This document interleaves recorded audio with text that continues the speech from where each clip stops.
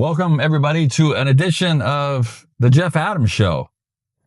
And before I get to the topic at hand, let me say who I am. I've been doing this identity, The Jeff Adams Show, for many, many years. Started off as a online talk radio show, variety show. We talk about the news, current events. And then, it morphed into other things, same thing. And then, kind of took a hiatus because I went to go work for a terrestrial radio station on another show. And then I kind of brought it back doing like these short clips of daily news. And now, I would always kind of mess around with the channel a little bit, always kind of updating, but not consistent with this channel. And so now I am, last December, the channel actually got monetized, which I wish it was my other channel that got monetized, but this channel somehow got monetized through a certain video that I did that was really done with audio, believe it or not. So in any event, I just wanted to come on here and I wanted to talk about YouTube in general and, my idea probably for this channel and, just to kind of give you a background, especially in broadcasting, I tend to spend a lot of time on YouTube and listening to a lot of people's opinions, some of the experts in the field of YouTube and what they're saying about the algorithms and, titles, thumbnails. I've just been immersed in that for like 3 years. I didn't really care anything about YouTube. Didn't really understand how it worked until I worked for this big YouTube personality for a little while. And then I understood the power of YouTube, what you could do with it. And I was like, wow, why was I missing this the whole time? So now I have clients that I consult, do SEO, titles and descriptions, kind of explaining the back end, how everything works.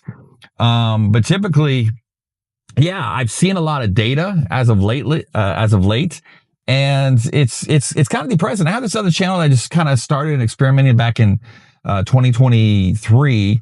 It is called Creative on the Mend. If you don't know what it is, I'll put the link down in the description down below. But it's just kind of like a recovery vlog of a creative trying to find his way in his 50s, showing myself restarting, rebooting. And I switched it around. I just never was really getting traction with it, but that's a lot with YouTube. I was feeding it. I think I have probably 108 long form videos on there. And as of coming January of next year, the channel will be 3 years old.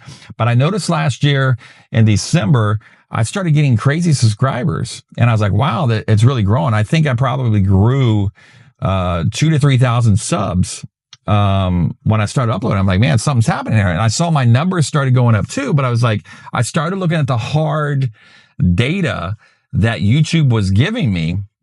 And basically, it comes down to retention rate, right? You might have, I think on the last video I did on the other channel, I had, 1,200 plus views, but I started seeing the retention rate go down. So mathematically, I kind of got discouraged the other night. But I'm grateful too at the same time. And I did the mathematics of that last vlog from the other channel. And I basically did the mathematics on the retention rate and it dropped down to like, there was, 3% watching the whole video all the way to the end. So I did the mathematics of that. And that's probably 39 people out of 1,200 plus that watched the video. Half of them stayed halfway point. I'm like, man, how can I keep this audience? So, but it's just not with these upstart channels either. It's across the board with bigger channels. I have access to bigger channels. I have a client. I'm not going to mention his name. Big TV. He was a big TV personality, still is a personality. And, he's got a pretty healthy YouTube channel and his retention rate I noticed too, because, he gets anywhere between, 20,000 to 25,000 per view with his podcast. But I noticed in his retention rate, it was the same thing. There was a dip in retention where, he was getting, 8%, 10% of his audience staying with him, which is fantastic, by the way. So, out of that, he's getting about 2,000, 2,500 people that are watching it from start to finish, which is pretty darn good. But I think a lot of times we get discouraged. I got discouraged to look at that and everybody's trying to find this mathematical approach of how to keep people with you. And, typically, from the radio world that I came from, for a little while, there was, drive home. If you had someone listening to you for 10 to 15 minutes, you were winning, right?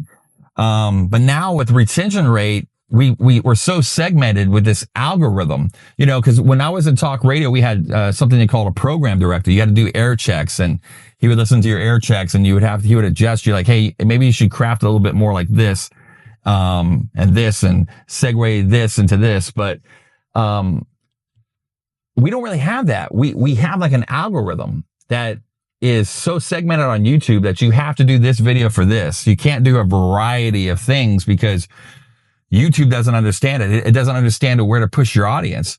So for like this channel, that's why I feel confused, right? So it's like maybe I'm going to start talking about the back ends of YouTube, but also like talking about a variety of things. Because at this point, I really don't care.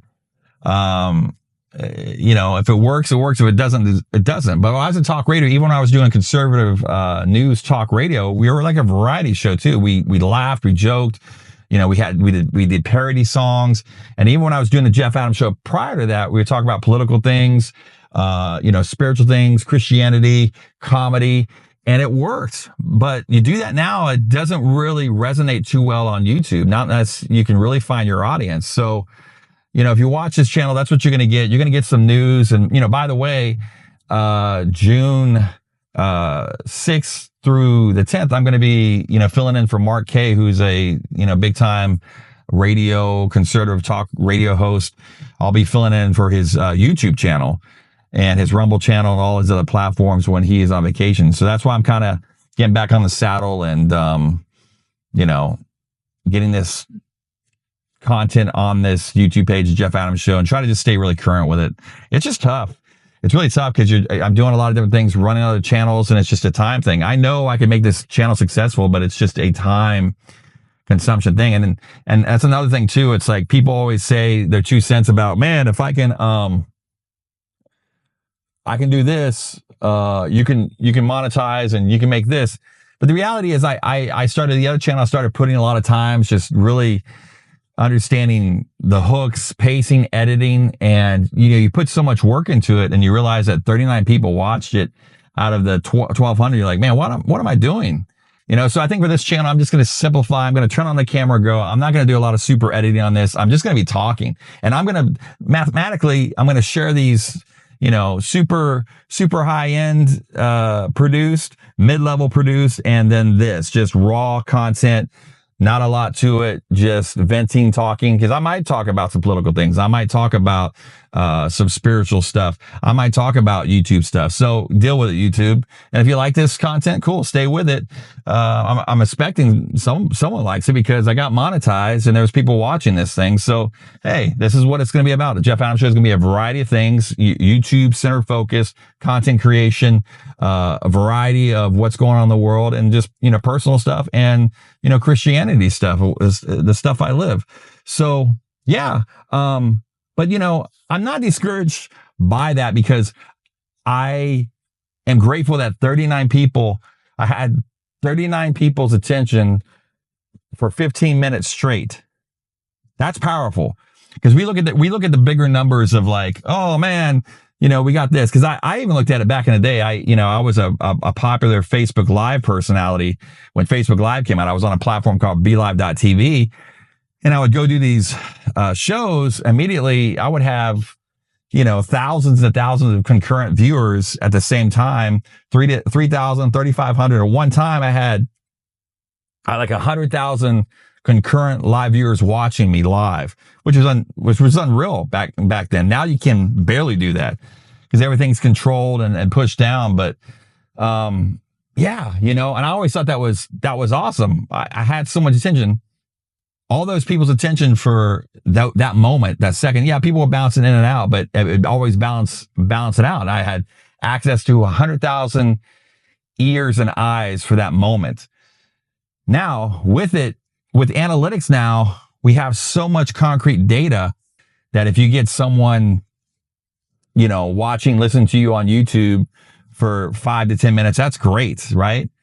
But I'm thankful for the 39 people that stuck with me in my other channel's vlog. And I was like, because you leave discouraged, like, man, that stinks. I go, no, man, I'm grateful. I'm grateful that 39 people took 15 minutes out of their day to hear what I had to say or just look into my life. of a vlog. I'm grateful for that. And I think sometimes, and being the reality of YouTube, we get so caught up in numbers. It's so easy to get caught up in numbers. And especially, I don't have to do that anymore because I'm not controlled. I don't work for a media company anymore. I don't work where I have to produce numbers to keep my job. I don't even have to produce numbers to, make money on here. Yeah, I've got some money owed to me here on this channel, but it's not why I do it. The why I do this is because I'm called to do it. And I do this because I want to stay current of helping other people that are in media become number one. So I know the back end well. I know how to structure content well and tell stories well. So my whole goal is a lot different than other people. Mine is to stay current on trends and use these channels to experiment, to help other people achieve their goals. Because that's how I make my money. People hire me out to produce their podcast, their content, their documentaries. So I do this for data purposes to see what's working and what's not working. So if you enjoy this content, hey, I'm going to say it. Hit that subscribe button down below and share it and comment down below and say, hey, man, I'm with you. I'm frustrated because, on this YouTube journey, you're not alone. And the more we communicate together, people are trying to figure this thing out, the better, right? And we can have conversations because, one day I might pop up. I might do like YouTube curated content like once a week here, information, content creation, and then do like a variety something another day. So the segmented that way. I don't care what people have to say. You can't do variety anymore. I don't care. I just got to do something with this channel. And I think that's what I want to do with it. And that's what I'm going to do. So deal with it, YouTube. Yeah. So if you like it, hit the subscribe down below. And hey, comment too. Say, hey, what's up? I'm Joe Blow. Let's share stories. Let's share data. Let's figure this thing out. Because YouTube is this big, huge ocean. It's always changing.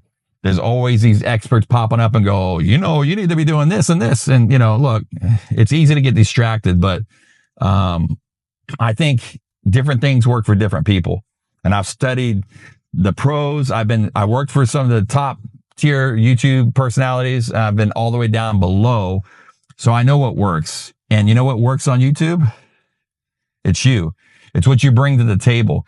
There's nothing, you can take things from people and try to overanalyze your videos, but at the end of the day, it's about you and what you bring to the table and what works best for you. And I think there's just so many carbon copy people just trying to chase trends of YouTube to monetize faster or get there faster. And there's just really no quick way to do it. You have to have a disciplined lifestyle of communicating and creating engaging content. Is this engaging content right now? No, it's raw. I'm just talking like I used to talk on talk radio, unfiltered, very limited editing on this. I might take the uhs and ands out, but outside of that, this is what you're going to get. Raw and authentic. So I'll catch you on the next one here on the Jeff Adams Show. See you soon. What the hell? When Jeff is buying the prime ribs frying.